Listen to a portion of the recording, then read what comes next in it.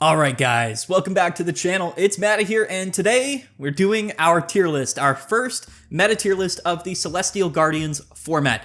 Now, it's been about a week, I believe, since the set released. We had a lot of, time to play with these decks, to experiment on stuff. We've even had some really large online tournaments, so I think right now, at least early on in this metagame, we have a pretty good understanding of what's good and what's not good. At least I think I do, and again, this tier list is going to be my opinion. So let's get right into it, guys. I promise this video is not going to be too long. Of course, when I say that, that means it's probably going to be like an hour and a half, so just sort of sit down and relax and have a good time here. If there's anything that's not on this tier list, that's just because it's either not seeing play or hasn't really seen any success. We have 30 of the most relevant decks in the format currently right now, and this is going to be really exciting because almost every single deck on this list is a new deck list. That's how much Celestial Guardians has actually shaken up the metagame.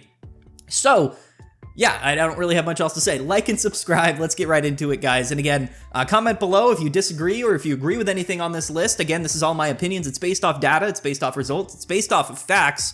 But that doesn't mean that it's the end-all, be-all. You can disagree. Things can be, objectively incorrect or subjectively incorrect. It doesn't really matter. Anyway, let's get right into it. So we actually have 31 decks, but, semantics. Okay.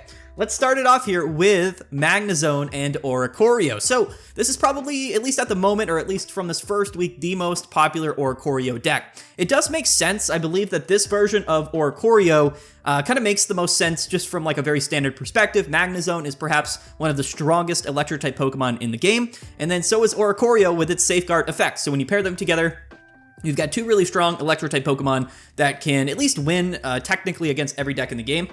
It's going to have its struggles. Of course, with Oricorio, we're really good against sub-matchups, predominantly those EX decks, things like Giratina Darkrai, things like Incineroar, Charizard, and maybe even Solgaleo, where Magnezone can kind of pick up that slack. Now, the only downside to this deck list is that, Magnezone doesn't really utilize Rare Candy. We have to evolve into that middle evolution, which means that at the very least, Magnezone doesn't come out until turn 3. And even then, a lot of times when you bring in Magnezone, it might get Revenge KO'd because, of course, it's not protected by Safeguard like Oricorio is. So Oricorio can, take some KOs, but truthfully, we're a little bit reliant on Magnezone. This deck list is kind of all about, getting your Magnezones out, maybe taking a KO or two with those Magnezones, and then hoping that Oricorio can carry you throughout the rest of the game. It doesn't always work that way, and I think that this deck isn't necessarily as fast-paced as maybe some other Oricorio decks or just some other decks in the format.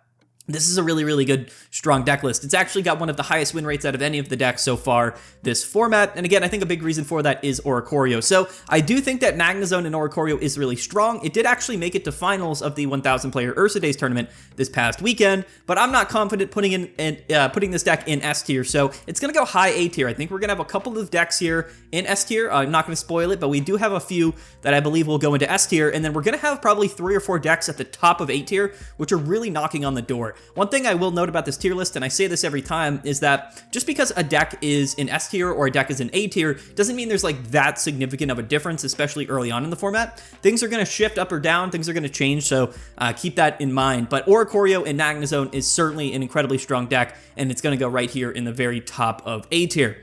Next up, we've got, it's just right here, right at the beginning, we have Giratina and Darkrai. So here's the deal. Giratina EX is the best card in Pokemon Pocket. By far, it's not even close. This card has 150 HP, it's a basic Pokemon, which means you can lead off with it, or you can be on your bench and it can set up energies independently. It pairs extremely well in a variety of different deck lists, and Giratina Darkrai was by far the strongest deck of last format. Now, what's interesting is that this new format has brought us a lot of new cards, however, none of them are tremendously strong against Giratina Darkrai. A lot of people are playing decks that are new, that are powerful, but necessarily aren't really good against Giratina and Darkrai, which is interesting because you would think that after last format, everyone would be trying to counterplay Giratina Darkrai. That hasn't really been the case. In fact, really the only thing in the format right now that hard counters Giratina Darkrai is actually the Oricorio decks. So at least we have something. I know some people aren't happy about Oricorio, but at the very least, Giratina Darkrai does have a specific hard counter now, which is certainly good, I think, in general for the metagame, because if not, this would just be the Giratina Darkrai show all over again. Now, that being said, what if you're playing up against a deck that's not Oricorio? Well, that means you probably are favored, in fact, against things like Charizard, like Incineroar, like Arceus, like Crabominable, even the Snorlax decks, like other Giratina decks with Snorlax, Solgaleo, really you name it, anything that's seeing play that's not Oricorio, actually has a bit of a losing matchup against Giratina and Darkrai. So when we look at the metagame, we really define things by what are the decks that truly are the defining deck lists in the format. Currently, right now, at least in this first week, Giratina Darkrai is still one of those deck lists. So I think it's going to be one of the big three. Like I said in yesterday's meta report video, the metagame's been split into 3 categories. And we're going to talk about this quite a bit here on the channel throughout this format, I believe, and maybe even into the future. But it's split into 3 categories. You've got decks that are inherently just very strong, good decks. Then you have Oricorio decks, which typically counter those decks. And then you have the decks that counter the Oricorio decks. And it's this big sort of rock, paper, scissors thing here with the hands moving around as always. But Giratina Darkrai really is sort of the strongest deck that isn't playing Oricorio or counters Oricorio. So at that point in time, or at this point in time, it really is sort of at the top of its respective, I guess, category in the metagame. Giratina Darkrai going into the S tier, it has to. I tell you what, it has to. Still one of the highest win rates in Pokemon Pocket, even in this new format. And like I said, unless everyone starts playing Oricorio, which again, probably will not happen for a variety of reasons, which we'll talk about in this video, Giratina Darkrai is the strongest, inherently just the strongest deck in the game, the best deck in the game. Of course, it does have its counters now, so that's good, but yeah, Giratina Darkrai has to go into the S tier, and it'll probably stay that way, to be fair. Okay, getting away from like super meta stuff, we've got Beedrill EX. Now, the thing with Beedrill EX, and I'm going to say this here just really plainly, I think that Giratina, or not Giratina, I think that Beedrill EX is an incredibly interesting Pokemon, and I think that it's just something that is very reliant on getting the rare candy combination. That's really what this is. Now, most decks in the format that aren't playing any backups, and there is another Beedrill deck in this video that's not playing exclusively Beedrill, but this is just straight Beedrill.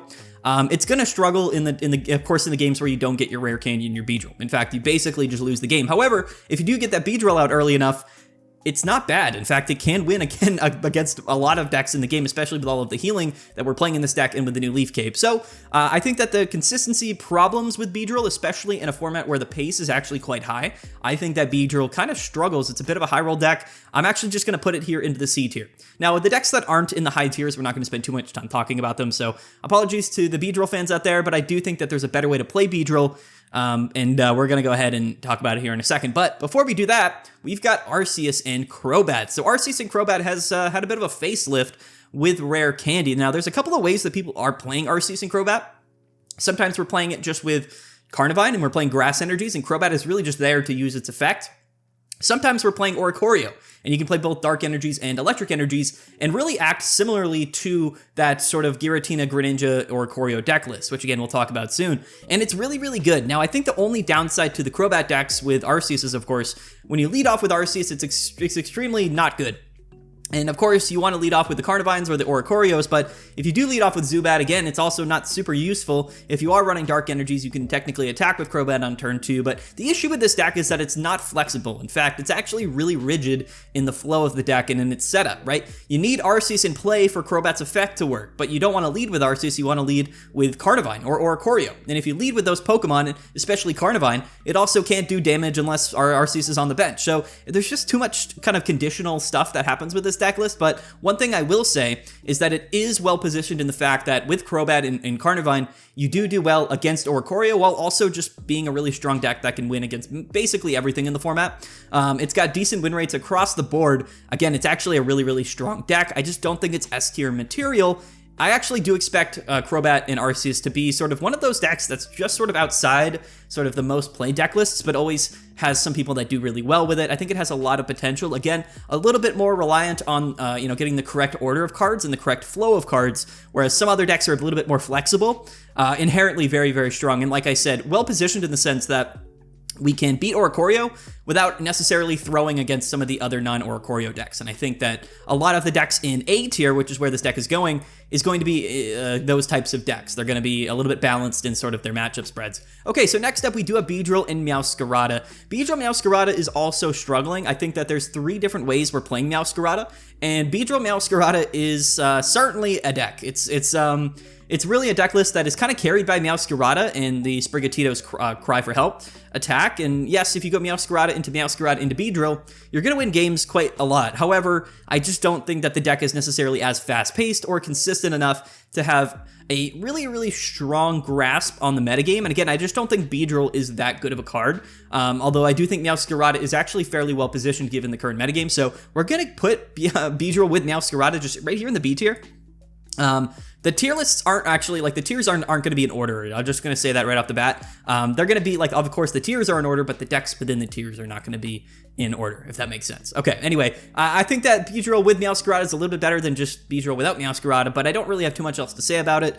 Meowscarada is, of course, really good against things like Oricorio while doing well against Giratina and Darkrai. I think that's really the big advantage of Meowscarada, but it does struggle against a lot of the other decks that you might be going up against. And again, it's just a little bit slow, so any sort of really fast-paced deck is probably going to do pretty well against you. But I do think that Beedrill Meowscarada is totally fine. So it's going to go right here into the B tier. Next up, we've got the Crab. We've got Crab Ninja is what I call this deck. Crabominable and Greninja. I think that this is honestly by far the best sort of pure water type deck in the game right now. In fact, most decks aren't playing water, or most decks aren't water decks, predominantly because of Oricorio. So if we're playing water, you kind of have to play it with Greninja, and of course you can pair a lot of different cards with Greninja. Crabominable is sort of that new water type card, and it is really good. It's basically water type Executor, which we used to play back in the day. We used to play Greninja and Executor, but now I just think that this kind of deck kind of molds together really, really well. And again, Greninja always has the ability to beat Oricorio decks, and Crabominable is good enough to where it can actually, again, when paired with Greninja, can be good enough to beat, again, a lot of the other decks in the format. I honestly think that Crabominable with Greninja is probably one of the most underrated decks in the game when you look at its win rate, its results, and how well it's doing compared to how many people are playing it. This might be a surprise to some people, but again, when I take a look at the smallish sample size of this deck and I see what it's done, I actually think it's really consistent. I think it deserves to see more play. I think Crabominable is actually a really good card, and I think that with Greninja, with Cyrus, it's actually just quite good. You can play Iridas, you can play Giant Capes, or even Rocky Helmet. There's a lot of stuff you can do with this deck, and I think that it's honestly, it's consistent, it's strong, and it's quite good. Also, Crabrawler, the basic evolution of Crabominable, is fighting type, so you can slap a cape on that thing and then just take down Oricorios with Greninja. Pretty funny, actually. So it's basically a water deck that's good, and it's actually not bad against Oricorio. Good win rates. I'm actually gonna put it in the A tier. This will be like sort of a lower A tier. I think Crabominable is better than B tier, so that's kind of how I'm looking at things. I think that Crabominable with Greninja is actually a really good deck. It just hasn't seen that much play so far, and I don't know if anybody will really choose to play it, but again, we also do fairly well against those fire decks, which are pretty common, so keep that in mind. Okay, next up, Crabominable in the A tier, let's go. Okay, next up is Greninja and Darkrai. This is an interesting one. I don't know if this is really something that a lot of people are playing. It did place fairly high at the Ursa Days tournament, but this deck list has had, honestly, pretty unsubstantial win rates every single time it's seen play. It's seen a decent amount of play, but it's not something super popular, and again, it hasn't really been performing well. It's a really sort of awkwardly positioned deck list. I don't think it's bad, but I just don't think it's really good. I think that Darkrai is a good card, but at the same time, I just don't think it's really worth playing without Giratina, at least in the current format, and I kind of just feel pretty strongly about that. So this is a totally kind of mediocre deck list, at least in what we've seen so far. Again, like, we're categorizing this just with decks with Darkrai and Greninja, whether you're pairing it like with Arceus and Crobat, or like if you're pairing it with, or not Crobat, but if you're pairing it with like Oricorio, or just whatever have you, I guess, like maybe even Giratina. I don't know exactly what people are playing most commonly in this deck list, but what I do know is that it's probably just not something that's going to really enter the metagame to a significant degree. I'm actually going to put it in C tier. Like I said, we might be defining this deck improperly, but I think Limitless at least categorizes this as really any deck with Greninja and Darkrai, and none of them have been doing that well, other than that one deck that got like top 16, I think, at Ursa Days, but its win rate's pretty low. It's very much below 50%. It's going to go in the C tier, but this deck might evolve into something that is relevant later on. Okay. Next up, we've got Decidueye and Lurantis. We've got both Decidueye decks, actually.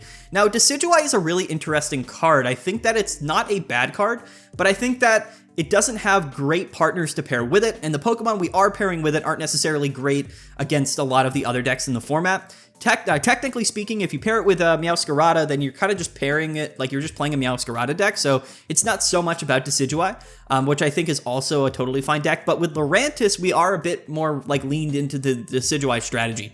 and it's certainly not bad. Decidueye with Leaf Cape is 200 HP. After we're spreading damage with Lurantis, we can go ahead and just hit for 100 on anything on our opponent's board, which is certainly really good.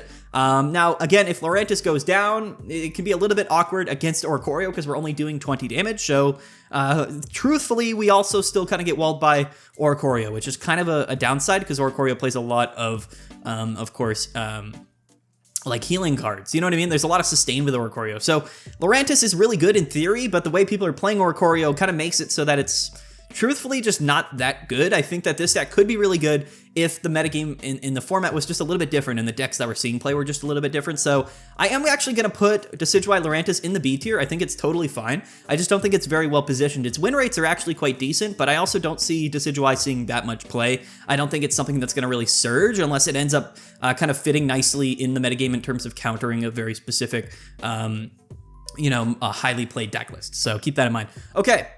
Now the Meowscarada and the Decidueye Meowscarada version is also kind of interesting. I'm probably also going to put it in the B tier, simply just because I think a lot of the grass decks are just B tier material. Again, I think that Meowscarada is totally fine.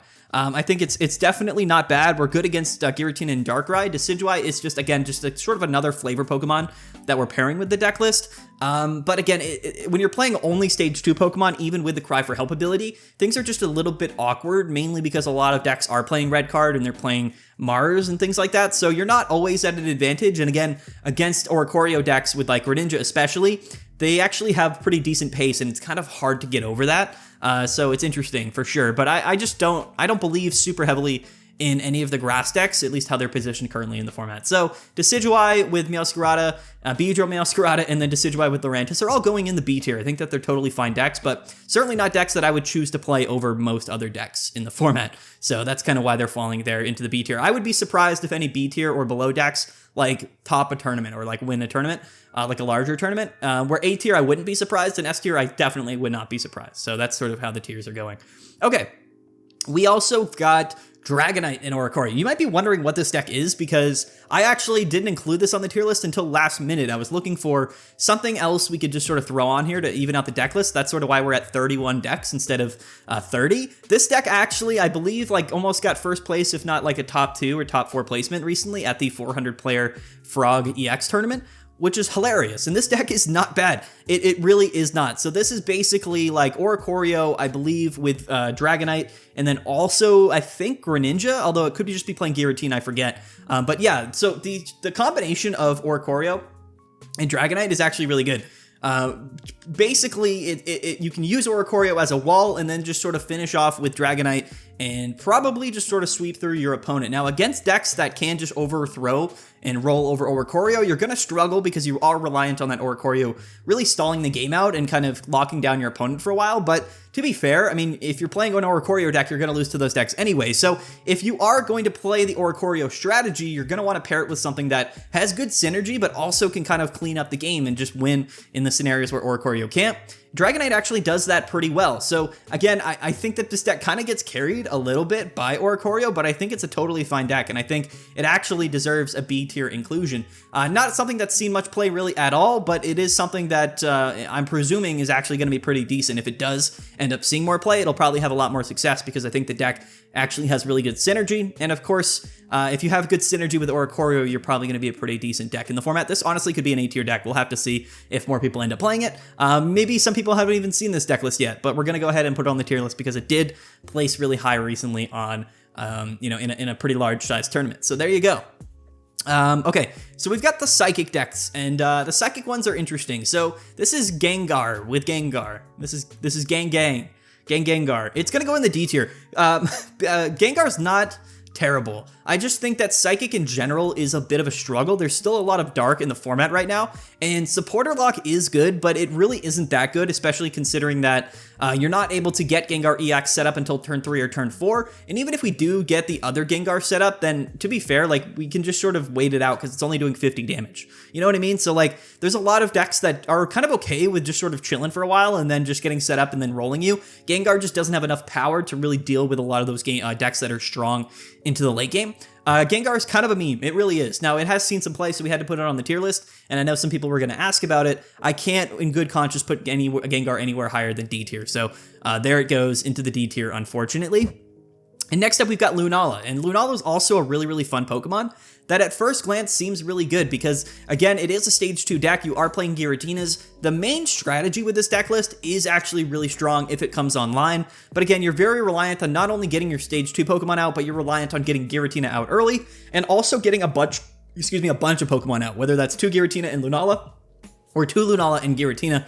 The strategy is just a little bit more focused on the late game, as well as being basically entirely walled by Oricorio. However, you can play the small Giratina. But again, we're just sort of adding less consistency to our deck. And this is not a bad deck. It is sort of a deck that's in the metagame, so it deserves to be on the tier list. It deserves to be something that we're talking about, but I just don't think it's really that strong. To me, it actually kind of falls right here into the C tier. I think it's a completely decent deck, but I can't see it being a better choice than really anything in the B or A tier. So maybe it'll see more play, but again, I just think that decks that aren't inherently maybe that good, but also just aren't seeing that much play, it's hard for me to justify putting them higher on the tier list because this deck has had basically no placements or no results in tournaments. And again, that's probably a reason why, because people aren't playing it very much, but the reason why people aren't playing it is probably because it just isn't that good. So it's sort of a catch-22 there, and we're going to go ahead and just kind of slot it right in the C tier. It could move up for sure, but for now, I don't feel confident enough putting it in the B tier. Now, talking about B tier, I think that Luxray and Oricorio is actually a really perfect deck to put into the B tier. Similarly, for the reason of Dragonite, I think that this deck does have good synergy. You are an Oricorio deck, which means you are auto-winning in some scenarios, and Luxray is good enough to win, the matchups against decks that aren't countered by Oricorio. It's just sort of like, I think if we're playing Oricorio, we probably want to play it with either Magnezone or Greninja, as we see here on the tier list, and everything else just either hasn't seen enough play or enough success for me to really justify putting it any higher than B tier. So that's what kind of B tier is.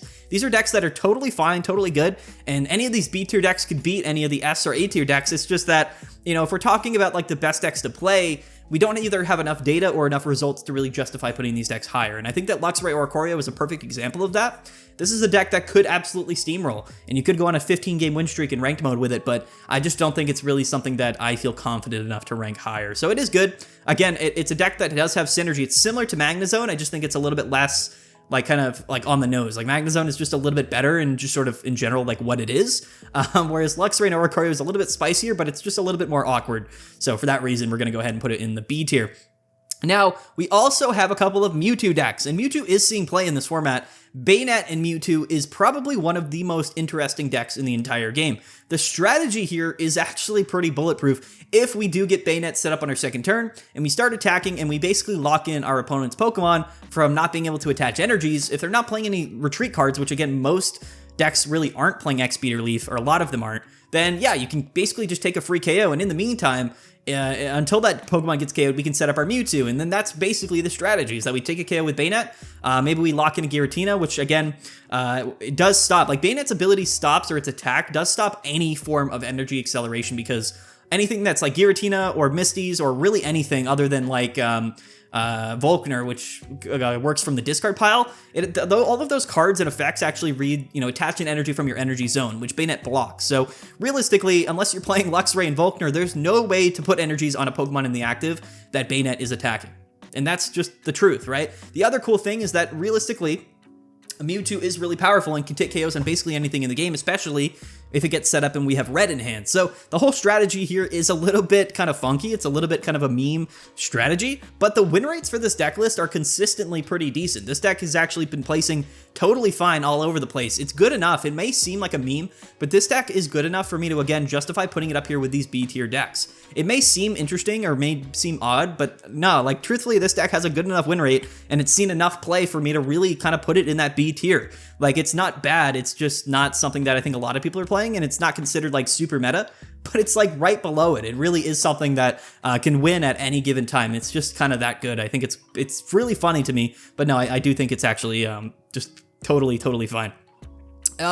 Okay, now we also have Meowscarada and Tsareena, and I think that this is the best way to play Meowscarada. So grass decks are weird. They're in a weird spot because we've got Meowscarada, we've got Decidueye, and we have Beedrill. But the awkward thing about a lot of these decks here, like Meowscarada is best, I think, played with Tsareena, but Decidueye and Beedrill are maybe also best played with Meowscarada, and none of them really kind of mesh super well. So for that reason, I just think that it's also a B tier deck. Like, all of these grass decks go into the B tier because they're not bad. Like, any of these decks can win games. It's just like I can't see them being like anything other than B tier, but they're definitely better than C tier. Does that make sense? Like, they really are pretty good. All of these Meowscarada decks are totally chilling. They just aren't necessarily interjecting themselves at the top of the metagame. And I think Decidueye Lurantis is kind of a sleeper as well, but all of these decks to me are fairly even.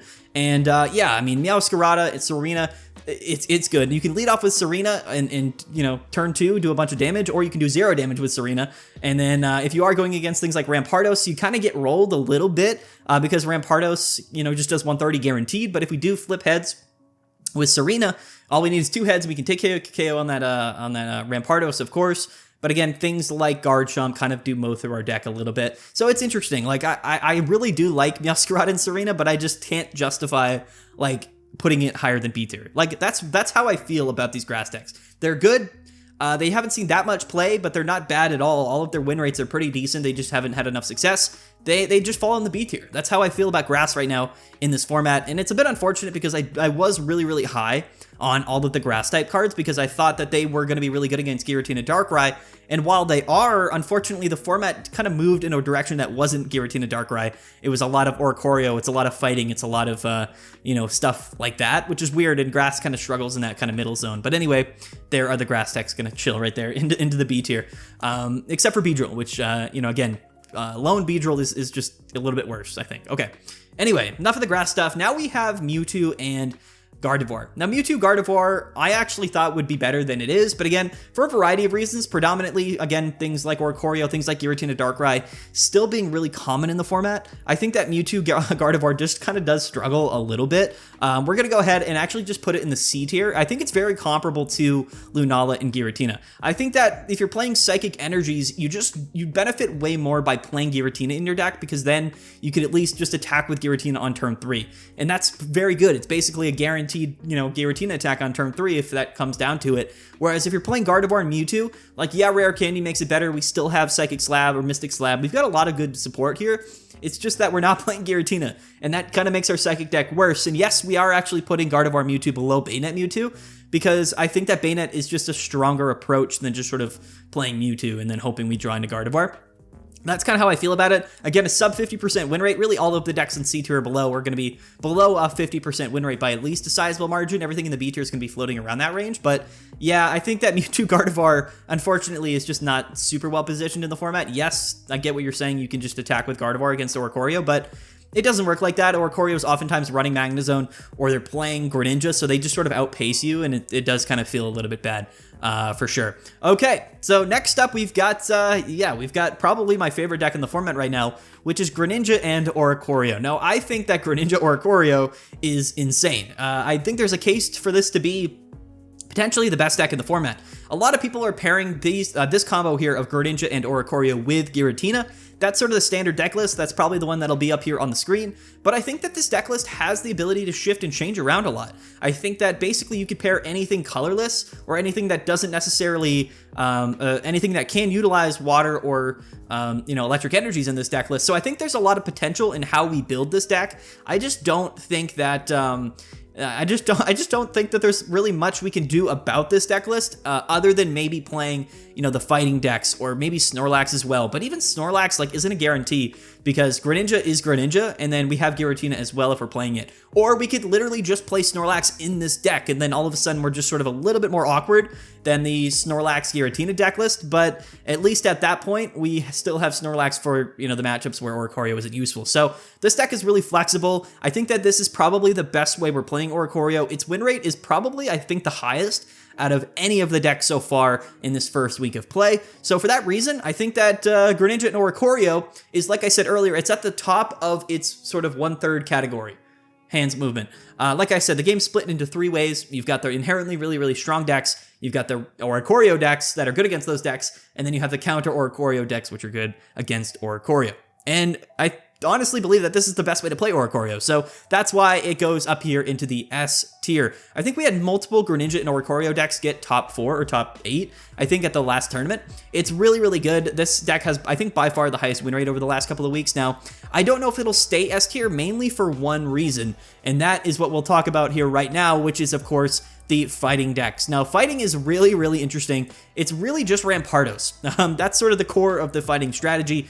I think we all sort of realized Rampardos would be really good, and of course it is really good, but I think what we don't know right now is like where we should be playing a Rampardos, or what we should be playing Rampardos with. As we see here, there's really 4 different variants of Rampardos in the format right now. We've got the standard traditional Rampardos deck with Lucario, which I think, again, is certainly really, really good. We've got Garchomp with Rampardos thrown in there, certainly very good. This is actually probably the most common deck like in Ranked Ladder right now after its sort of top 8 placement, surprise placement here, and just sort of surgence into the metagame after the Ursa days. And then we also have sort of the fossil-heavy Rampardos deck where you're maybe playing it with Chatot, or even not with Chatot, but you're just playing it with both Rampardos and Aerodactyl with both the fossils with like some type of a lead off. I think this deck is also totally good as well. Really good into Oricorio. And also then we have Lycanroc, which I actually feel a little bit less strongly about Lycanroc Rampardos. Some people are going to be a little bit disappointed in that. But let's go ahead and rank these decks because I think that they're all really, really good. I think that Rampardos in general is just really, really strong. So what we're going to do here, let's put Rampardos and Lucario, specifically with Lucario, here into the A tier. I think that Lucario is really, really good. I think that it's good as its own Pokemon. It does well in the face of Oricorio, hitting for 80 damage with, of course, the boost that it boosts itself, and then weakness on Oricorio. So 2 energies on a Lucario is really, really good. It kind of steamrolls through Oricorio as well as boosting Rampardos to take KOs against most Pokemon in the game. I actually really think Lucario might be one of the best partners to Rampardos, and I think this deck kind of has a lot going for it, and I do really, really like it. Next up is going to be Aerodactyl and Rampardos, and I think that Aerodactyl and Rampardos is basically kind of almost just as good as Lucario, for the sense that Aerodactyl does provide a lot of value, and its effect is really strong, especially in a deck where you're just sort of playing fossils anyway, so it kind of makes sense. Now, again, I don't know, we haven't really locked down which deck list this sort of deck represents, right? Again, it could be with Chatot, with Mimic, or it could just be sort of with some other sort of lead basic Pokemon that we're pairing with the fossils. There's a lot of options for this deck list, but it is honestly quite good, so I think it deserves to go in the A tier predominantly just because of Rampardos. So I think Rampardos in general kind of deserves sort of an A tier mention. Now, Rampardos with Lycanroc is the one that I think a lot of people might be a little bit disappointed to see that we are actually going to put it here into the B tier. Now, why is Lycanroc Rampardos worse than the other Rampardos decks? And to be fair, I think it just comes down to Lycanroc. I think that Lycanroc is a good Pokemon, and it does make sense to pair it with Rampardos, but it's just too awkward. Rampardos, or not Rampardos, but Lycanroc does 100 damage for 2 energies as a stage 1 Pokemon against really any Pokemon that has more HP than you. So that's pretty relevant. But again, Lucario does, I believe, 60 damage for no reason, just inherently, right? There's no condition to it. So Lycanroc oftentimes is just hitting for 50. For reference, an Oricorio with Giant Cape has 90 HP, which means it lives in attack from Lycanroc because it's under 100 HP, but above 80 HP. So like Giant Cape Oricorio lives an attack from Lycanroc, and then even a Froakie with 60 HP or any of those 60 HP Pokemon also live an attack from Lycanroc. So because it can't consistently take that KO on turn 2, sometimes turn 3, it just does not feel as good. Now, Lycanroc can be really good because it's a little bit awkward in the late game, and Greninja can't really ping it and then come in because Lycanroc will hit for 100 damage onto it. So it's interesting. I just don't think it's as good as the other Rampardos decks. It also has a lower win rate over the last few weeks. Now, again, we all have to sort of like step back for a minute and think, okay, I mean, Rampardos there's 4 different Rampardos decks, and they're all categorized differently, but 2 of them are in A tier, 1 of them is in high B tier, and then we also have Garchomp. So I think that as time goes on, I think a lot of these Rampardos variants will probably be condensed into really one most popular fighting type deck. And when that happens, I think that we can look at fighting a little bit differently. But in this tier list, what we're going to do is look at it a little bit preemptively differently, because that's where we get into Garchomp Rampardos, which I believe is not only the best way to be playing fighting type decks right now, the best way to be playing Rampardos, but will eventually be the #1, by far the most common way people are playing Rampardos. I think people have really settled onto it. And fighting in general, which we'll talk about right now, is actually in a pretty decent position. I think that fighting as a type is really unique because it, of course, is really good against the Oricorio decks. But because that we're just fighting and we have strong fighting cards, that doesn't mean that we're an Oricorio counter deck specifically. It just means that we're a decently strong deck that is specifically really good against Oricorio, which again covers kind of two bases at once, which I think is definitely really, really important. And I think that Garchomp is the best example of that. Now, this might be a little bit premature, but I do think that Garchomp right now, or at least in the next week or so, will find its way up here into the S tier. This may surprise some of you guys, but no, I really do think so. I think after seeing it place fairly well in Ursa Days, again, nobody was really playing Garchomp. There was like 3 or 4 people playing Garchomp, and they all did really well. One of them went really high in the standings at Ursa Days, but it's done really well since then, and it's by far one of the most common decks currently in Master Ball rank, and I think for good reason. Garchomp with Rampardos is strong enough to really just have a chance against anything in the game. It doesn't really struggle against anything other than maybe the grass decks and maybe Giratina and Darkrai a little bit, but it's good enough against those decks where you can win, and then of course we're definitely probably going to win against the Oricorio decks, and especially the Snorlax decks as well, which we'll talk about in a little bit. Snorlax is a really good counter to Oricorio. It was, again, something that won the Ursa Days tournament and sees a lot of play, but realistically, I think Garchomp counters the Snorlax decks, which is a big reason why Garchomp, Rampardos, and really just Rampardos and fighting in general is going to find its way into the S tier this week. And again, this is, in my mind, the top deck of that third category, which we're categorizing as counter Oricorio decks. So that's why we see these 3 decks here in S tier, because if you split the format into 3 categories, you've got the inherently really, really strong decks, you've got the Oricorio decks, and then the decks that are counter to Oricorio. These are the best decks in each of those categories. That's my opinion, which is why these 3 decks here are going to find their way into the S tier. That's my opinion. Garchomp maybe falls off and it's just the flavor of the week and nobody ever plays it from a week from now. Maybe there's a different fighting deck that really kind of fits the place of Garchomp but is a little bit better. We'll have to see, but for now, I do think that these 3 decks are really at the top of the metagame. Okay, taking a step away from S tier, we've got Celebi, and yeah, you know, I like Celebi. Again, like, all of the decks on this tier list are totally fine decks and they can win games, but unfortunately with Celebi, it's just a little bit too awkward. And Celebi as well is a strong Pokemon. Serperior is strong and you can, you know, battle up against Oricorios with it, but unfortunately we're reliant on that rare candy, and then even when we have rare candy, Celebi has to flip coins. So that's always, I think, the downside to Celebi right now. Too much guaranteed damage in the game, and Celebi just doesn't have enough HP. Even with Leaf Cape, there's a lot of Guzma flying around. So Celebi, unfortunately, just isn't consistent enough, and it doesn't always do enough damage for us to justify putting it higher than D tier. It is going to fall into the D tier. I feel bad about that because I actually do think Celebi's really fun, and I think it's really good. But all of its win rates in tournaments and even in Master Rank, or just in ranked battles in general, hasn't been performing that well, especially since even when I'm playing Oricorio Greninja, I actually almost always beat this deck list somehow. But anyway, Celebi, it's got to go into the D tier. A little bit of a meme deck, but it does have some synergy, and it is better with Rare Candy and Leaf Cape now, but it's still just not enough for me to put Celebi in the C tier specifically. Now, it could go C tier, probably could, but for now we're going to put it in the D tier because it just hasn't done anything yet.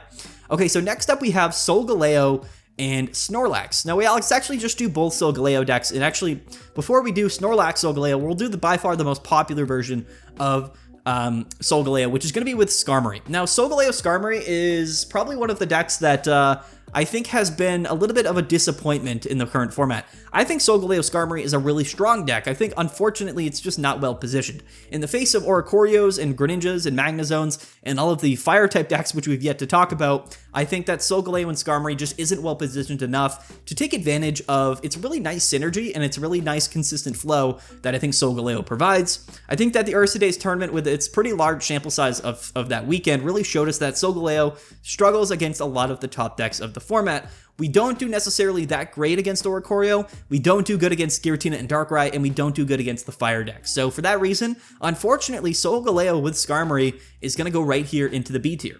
It's a B tier deck, and you might be surprised to see that, but it really is not good enough for me to justify putting it in the A tier, which some people are going to just freak out. They're going to be like, why is Crabominable in A tier but Solgaleo's B tier?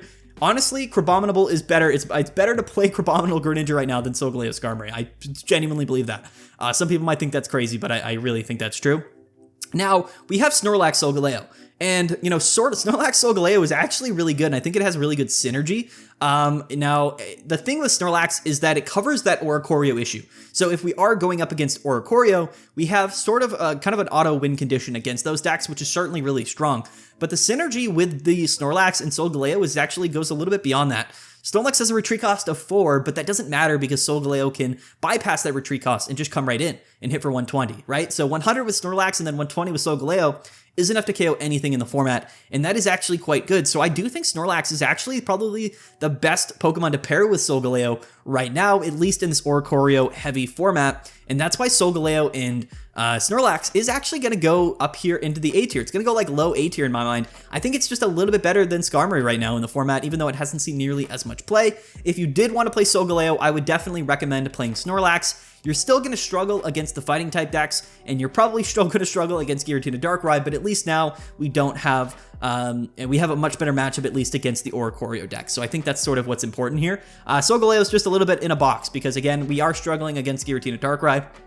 We're struggling against fire type, and unfortunately, there's really nothing we can do about that when we play Solgaleo. So unfortunately, it's going to go right here into the sort of low A tier. At least with Snorlax it is. Skarmory, it's going to go into the B tier. Totally good decks. Like this could win the tournament. I wouldn't be surprised, but yeah, I can't. It's going here. That's where we're going with Solgaleo. I don't have anything else to say about it. It's just it's a good deck. It's got good synergies with all these Pokemon. It's just, you know, like Guzma's running around, the fire decks are running around. You're not good against Giratina Darkrai. It's tough. It's just, you know, it's tough out here for our guy Solgaleo.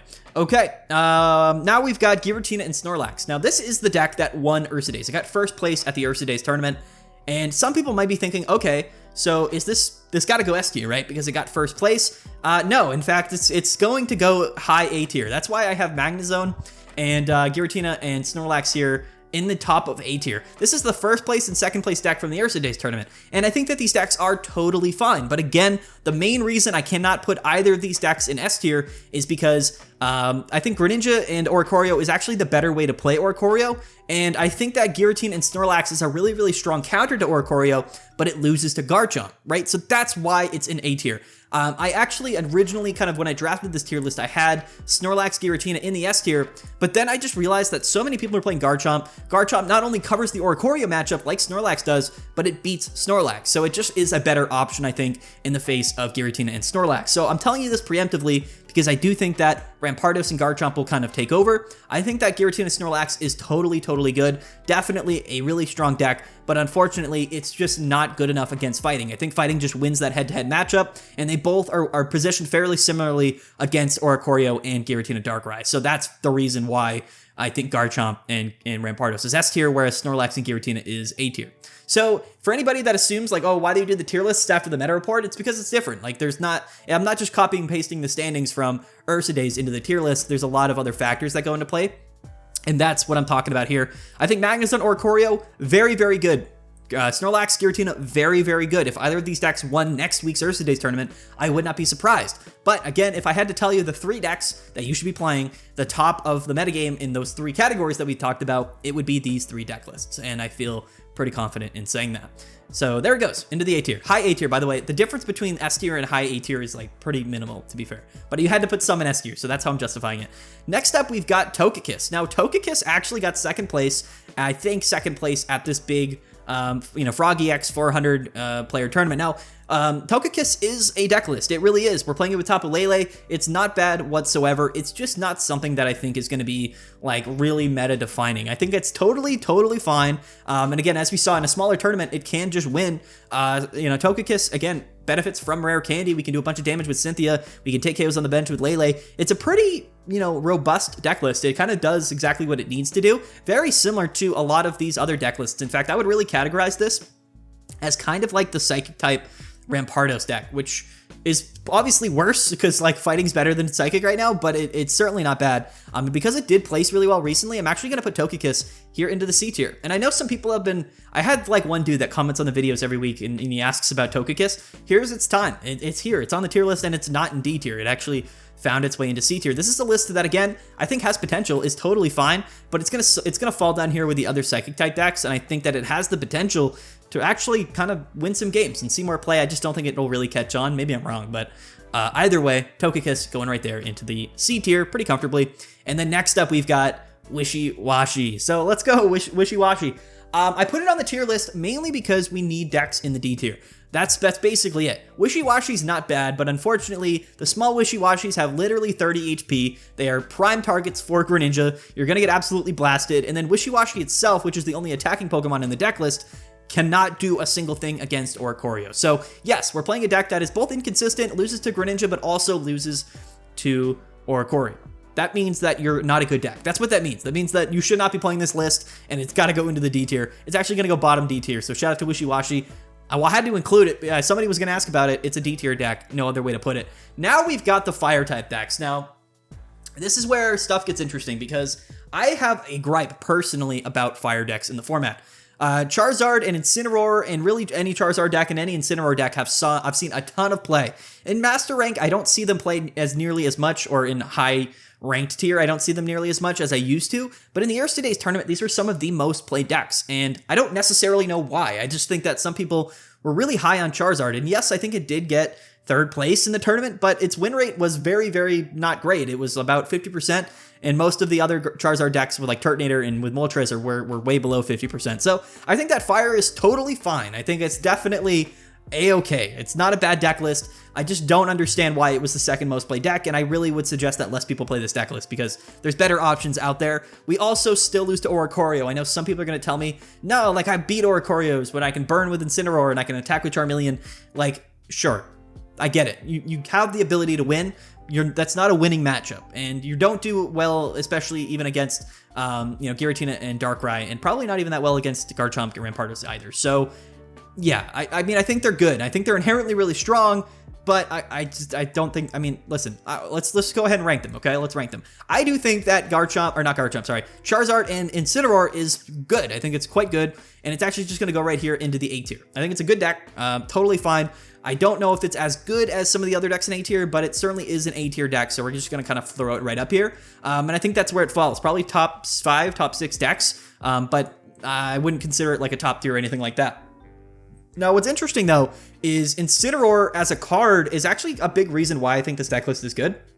And Incineroar itself, again, is actually pretty decent against Oricorio. You can play Lily. You can kind of just outlast your opponent as long as they don't have Greninjas. And that's actually pretty relevant. So Incineroar with Tortinator is a funny list because I think that this is also one of the more disrespected decks in the format. I actually kind of feel it's very similar to Crabominable and Greninja. This is a list that's kind of slept on. Its win rates since this format has been out and its limited play has actually done really well. I think that Tortinator is a totally fine card.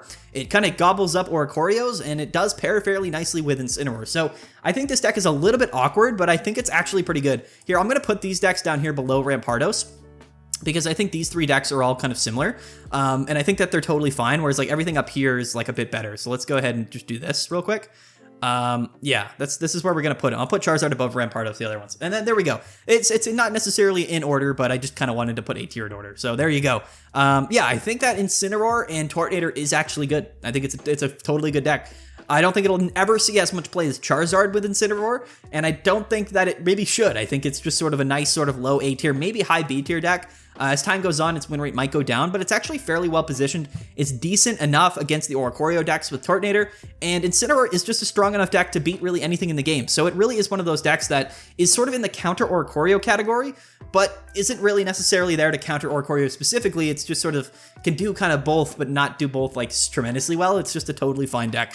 And I like Tortinator. I'm kind of a Tortinator stan. I did play this on stream recently, and it didn't go that well, but to be fair, I did misplay a bunch of times. I like this deck list, and its win rate is actually pretty substantial, so it's going to go right here. Like, I'm going to put it bottom. We're going to put it bottom A tier is what we're going to call it. Next up, we've got Tortinator with Charizard, which is different. Tortinator with Charizard doesn't flow nearly as well. The main problem with it is that Tortinator is a good leadoff option, but Charizard isn't a Pokemon that you can just bring in after your Tortinators get KO'd, right? You have to come in, you have to evolve, you have to stoke, so you kind of have like an extra turn where you're not doing anything. Whereas Incineroar doesn't really have that problem. You can kind of bring it in and then at least just Fire Fang, which is definitely good because it can finish off KOs that Tortinator couldn't. So I think that Incineroar has much better synergy with Tortinator. I don't think Charizard has good synergy with Tortinator at all. It's going to go right here like in the C tier. I actually think it's not good enough to even make it to B tier. I really just don't think that if you're playing Tortinator, you should just play it with Incineroar. And if you want to play Charizard, just play it with Incineroar as well. I think Incineroar is sort of the common ground here. And I think it pairs pretty well with Charizard and Tortinator, but Tortinator and Charizard don't really pair that well with anything else, I guess is kind of what I'm trying to say here. Fire's a bit awkward. I don't know exactly how to put it. So anyway, that is where I'm putting Charizard with Tortinator. I don't think many people are playing this deck anyway. Kind of same with Incineroar Tortinator, it just has a lot worse results, so there you go. We also have, lastly actually, and we've actually done pretty well here, only 50 minutes, Charizard and Moltres. So where's Charizard and Moltres gonna go? I was actually terrified originally that Charizard and Moltres would basically take over the metagame as a deck that just one-hit KO'd everything and potentially always got Charizard off on turn 3. Listen, at least we have Oricorio, and I think that's like kind of where we've come in the face of Charizard. It's like, sure, this deck list was a high roll deck anyway, but now the fact that you have a pretty decent chance of running into a matchup where you literally can't do anything, I actually think that it kind of puts Charizard in line, and I think we're all lucky. I think some people are disrespecting Oricorio in terms of its impact on the metagame. I think that if Oricorio did not exist, the format would be almost entirely Charizard, Moltres, and Giratina Darkrai. Now, Giratina Darkrai is good enough to where, you can kind of win against most things that aren't Oricorio, whereas Charizard, it's not necessarily the case. It's pretty inconsistent even without Oricorio in the format, but when Oricorio is in the format, which it is, I just think that Charizard and Moltres is a D tier deck. Yeah, it's honestly probably one of the lowest win rates out of any of the decks on the tier list. So I suspect people would just not play it, honestly. And again, I think a big reason for that is just that you have to play it with Moltres, and you can't pair it with like anything else that could possibly win the matchup against Oricorio, which means you ought to lose Oricorio, basically, and you're not even necessarily that consistent against decks that aren't Oricorio, right? I mean, you can't always win, but it's not as likely, right? So there you go. And that's the tier list, guys. There it is. Let me know what you guys' opinions are of the tier list here. I would love to see you guys comment below. Now, again, keep in mind, this is just the first tier list of the format. Things are going to change around a lot. We've had about a week. I've played a bunch of ranked battles. I've played, and tested the decks throughout a bunch. I've kept up with all of the results, everything, and this is really what I've fallen on. This is how I interpret the format. Like I said, it's categorized into 3 different categories, and that is, of course, going to be inherently very strong decks, Oricorio decks, which counter those really strong EX decks, and then we have the counter Oricorio decks, which are good against Oricorio. Those are the 3 categories. So Giratina Darkrai, I think inherently the strongest deck in the game. I think that Greninja Oricorio is the best way to be playing Oricorio because it does give you a chance to win matchups that aren't necessarily fit for Oricorio. So it can do both at the same time pretty decently. And then we have Garchomp, which is both a counter Oricorio deck, but a strong enough deck to really beat anything, have a chance against anything in the format. And that's why these 3 decks are at the top of the tier list and at the top of the metagame currently in my mind. A tier, these are all decks that are really, really good. They just necessarily aren't as good in their respective categories as maybe these other 3 deck lists, and that's totally fine. If any deck here in the A tier were to win the Ursa Days tournament next week, I would not be surprised. Whereas B tier, if any of the decks in B tier do end up winning Ursa Days, I would be pretty significantly surprised by it, but I wouldn't be surprised to kind of find them in like a top 8 seeding or like a top 16 spot. I think that they're all totally decent, totally fine. And again, some of these B tier decks could move up, some of these A tier decks could move down. It really just kind of depends on what things, how things unfold over the next week. C tier, these are bad decks. These are decks that I would not play. I think that you're basically putting yourself at a pretty big disadvantage by playing these decks. And then D tier, this is like probably bottom of the barrel. These are decks that as weeks goes on, they probably just will fall off the tier list and they probably just won't really deserve to be here anymore. I'm looking at you, Wishiwashi. That's what I'm looking at, is Wishiwashi. Probably the worst deck out of any of the 30 top decks that we've taken a look at here in the video. So there it is, guys. Hopefully you guys enjoyed. I'm going to try to put timestamps on this video, and I'm going to try to kind of wrap this thing up and make it somewhat watchable. But I know some of you guys really like the long videos, and I have no issues sitting here talking about digital Pokemon cards for an hour. I can do it all day. In fact, I do it almost all day because I love it, and the support has been incredible on the channel, so I really do appreciate it. Don't forget to like and subscribe, guys. Stay tuned. We've got a lot of videos coming up this week, and in the upcoming weeks, a lot is going to change. A lot of things is going to, evolve and develop over the next couple of weeks. I think this format's really interesting. I do think that we're kind of getting a grasp on where all of these decks are positioned, but that doesn't mean things aren't going to change. So keep that in mind. As well as all of the deck lists that we showed down below are subject to change as well. So even though their archetypes might remain from week to week, their specific 20 card lists will also change as well. So yeah, that's probably how that's going to go. I'm just rambling now at this point. So let's go ahead and wrap up this video. And yeah, hopefully you guys enjoyed. Peace out. Have a good one. We'll see you guys tomorrow. And yeah,